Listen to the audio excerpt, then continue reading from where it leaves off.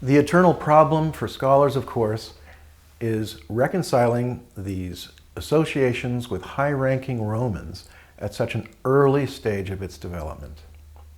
And yet we know that in time, Christianity was so pro-Roman, it eventually became the official religion of the Roman Empire. We know that as early as the 1st century, Roman emperors, such as the Flavians, were identifying themselves as the Jewish Messiah, the true Jewish Messiah, in an effort to connect themselves with that culture and the concept of Jewish Messiah. Scholars have been reluctant to take this evidence at face value because it is impossible for high-ranking Romans, even at the imperial level, to be involved in Christianity at its origins. And we're trained, because we are told to take these texts as liturgical and allegorical, not to take them at face value as historical.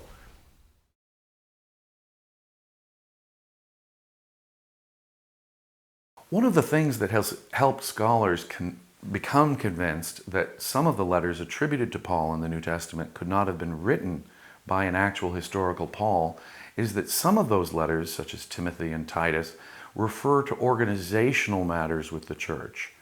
Appointing bishops, for example, in every district on the island of Crete. Now, seems to many scholars that such organizational issues would not go back to the very origins of Christianity. By the time Christians are worrying about obeying their organizational leaders or setting up leaders in every district on the island of Crete, it appears to them that we're talking about a well-developed church at a much later stage. However, when we consider the fact that this could have been an imperial project, all of that starts to make a lot more sense. If it had organizational support from the Roman government, it makes perfect sense that even in the 1st century, even perhaps in the wake of Paul's work or in the Jewish War, such organizations are being set up to promote Christianity with the assistance of the Roman government. It's not clear when all these letters were written, and we're not convinced that Paul was the author of all of them, but the objection that they are organizational doesn't seem to us to be a significant one in terms of its dating.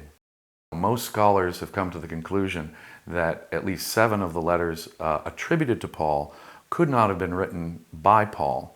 There are linguistic reasons for that, but a lot of it comes down to the fact that they are so concerned with church organization, an idea that Christian scholars think is much too sophisticated to be advocated by our earliest Christian writer, Paul.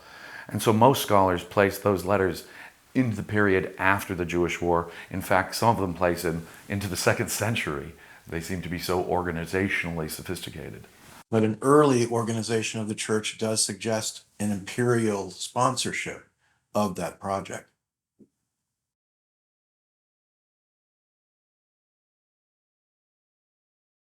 Outside of the New Testament and canonical Christian documentation, and perhaps that of the work of Josephus, the very earliest reference by any historian or any pagan writer at all about Christianity, or mentioning Christianity even, is a letter written by Pliny the Younger, who was then governor of Bithynia, to the emperor who was then Trajan, in the decades just following the fall of the Flavian dynasty. And in that letter, the governor of Bithynia, Pliny the Younger, writes to the emperor, what should we do about Christians? What is our proper policy about Christians? And there's really several fascinating things about this, being, of course, the very first reference to Christianity that we possess. In it, we hear from Pliny the Younger that Christianity had apparently enjoyed a popular vogue a couple of decades earlier, precisely during the height of the Flavian dynasty, and that somehow in recent years it had fallen out of favor and had not been quite as popular as it had been at its peak during the Flavian dynasty. That Christianity enjoyed some kind of popular peak during the Flavian dynasty is a curious fact. Pliny the Younger also tells us that Christianity by his time was affecting all classes of Roman society. Upper-class Romans, not just Jews, but upper-class pagan Romans. And perhaps most fascinatingly of all is the response of the Emperor Trajan, who specifically tells his governor not to hunt out, not to seek out, not to persecute Christians, and only when they would refuse, and refuse publicly, to give any obeisance to Roman gods, could they then be punished and persecuted?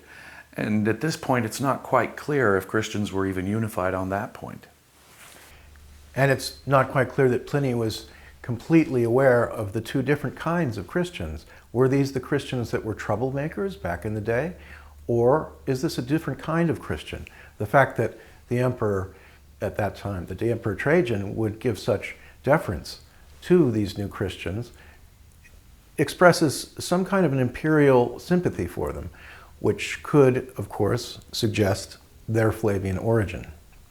Pliny himself suggests that the means by which we should persecute them is not as a religious minority, but as a political group.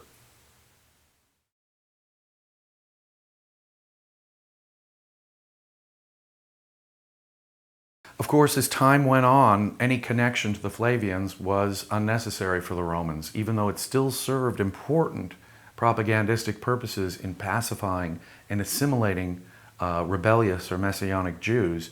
It would still serve a political, ideological function for the Romans, even though it no longer served as a justification or a legitimacy for a particular dynasty, the Flavians. So once cut, if you will, from the anchor of the Flavian origins, it was still a ship that served important purposes for the Romans and would be continued to be promoted by many Romans. Clearly, we have an increasing number of pagans who are joining in, and we have stories by the end of the 2nd century that Christians were in the Roman army and that Roman governors were trying to get Christians who were being accused by their neighbors of being atheistic Christians were being intentionally helped by Roman governors who'd get them off. And now set adrift from that Flavian origin, Christianity was free to form different sects and spread out into a rather unorganized variation of Christian themes. One of the fascinating developments of the 2nd century are the variety and differences between the different forms of Christianity that emerged during the 2nd and 3rd centuries. When we discovered the Nag Hammadi library over 100 years ago in the deserts of Egypt, a Gnostic library, which indicated the beliefs of a certain Christian sect known as the Gnostics, which were later declared to be a heretic sect. And their works were all essentially destroyed, except those that we found hidden in the deserts of Egypt and Nag Hammadi. And the writings of other Christians indicate to us that there are a wide variety of what we would consider non-Orthodox Christianities, a wide variety of pagan-influenced, only semi-Jewish forms of Christianity that have lost their basic connection to Orthodox Judaism in any way and appear to be much more Hellenistic in their philosophical orientation. A wide variety of beliefs ranging from the idea that Jesus was simply a man and not a god at all, to the idea that Jesus was a purely spiritual figure.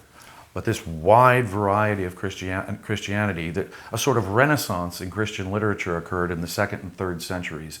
And by the time we get to Constantine, when it becomes the official religion of the Roman Empire, a single Orthodox version of it has to be laid down. And that was the principal function, say, of the Council of Nicaea in the early 4th century.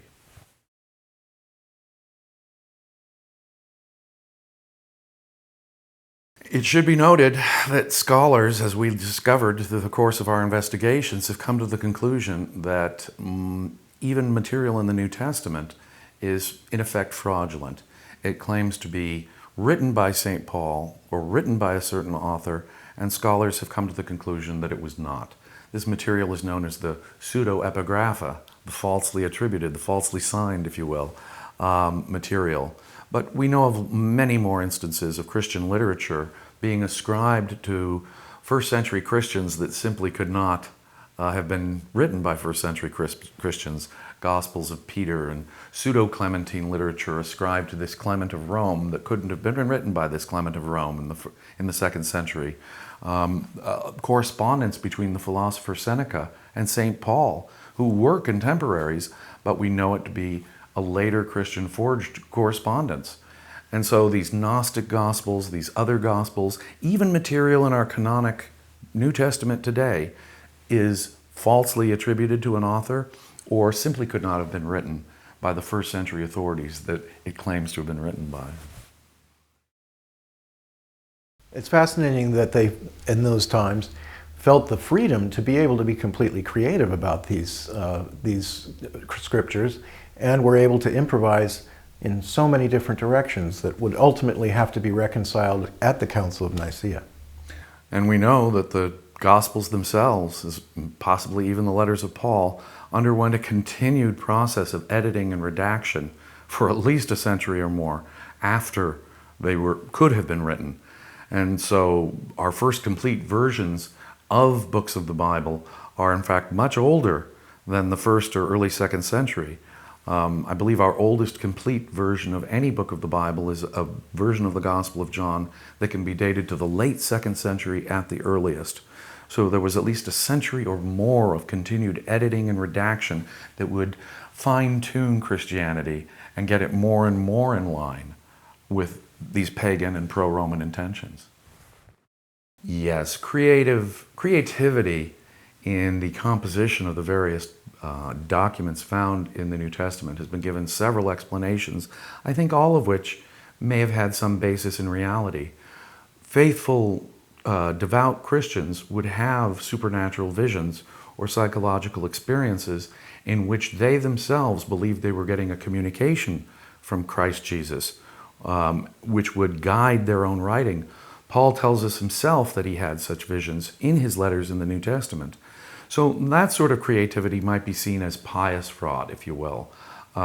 People who sincerely, psychologically believed their own mystical experiences, which gave them an ability to be very creative and add to the words of Jesus, put words into the mouth of Jesus that they had no earlier tradition of. Of course, some of it is impossible to explain that way. Some of the changes in creativity can only be seen as overt fraud. There were people who must have known, for example, that Seneca and Paul did not write the correspondence between Seneca and Paul, and that must be an overt fraud. Or if the section on the history of Josephus, which discusses Jesus, has been heavily tampered with, as scholars now recognize that it has been, it's hard to imagine that person engaged in some kind of good faith pious fraud. They were actually seeking to change the text of an existing historian to give greater authority to the historical reality of Jesus.